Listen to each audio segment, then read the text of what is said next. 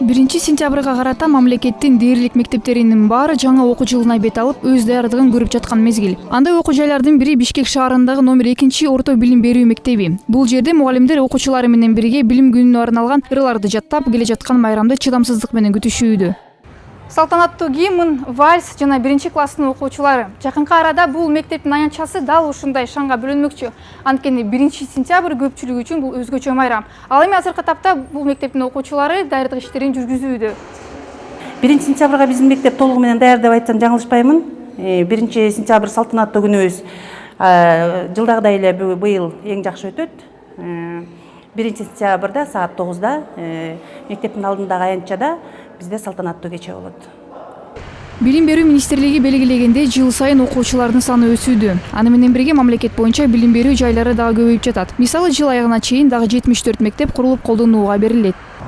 2018-19 окуу жылына жалпысынан республика боюнча 2262 мектеп, ошондой эле 1390 мектепке чейинки билим берүү уюмдары өз ишмердүүлүгүн жүргүзүп баштайт.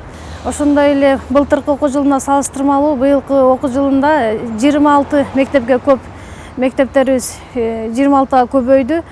2018 жылдын сентябрь айынан тарта мектептердеги окуу китептерди ижарага бериле баштайт деген маалымат көптөгөн ата-энелердин арасында наразычылык жаратты. Бирок Бишкек шаарынын мэриясынын билим берүү башкармалыгы белгилегендей, бардык эле китептер ижарага бериле бербейт. Бул өзгөчөлүк басмадан жаңы чыккан китептерге гана тийиштүү. Бир китептин ижарасы 25 сом.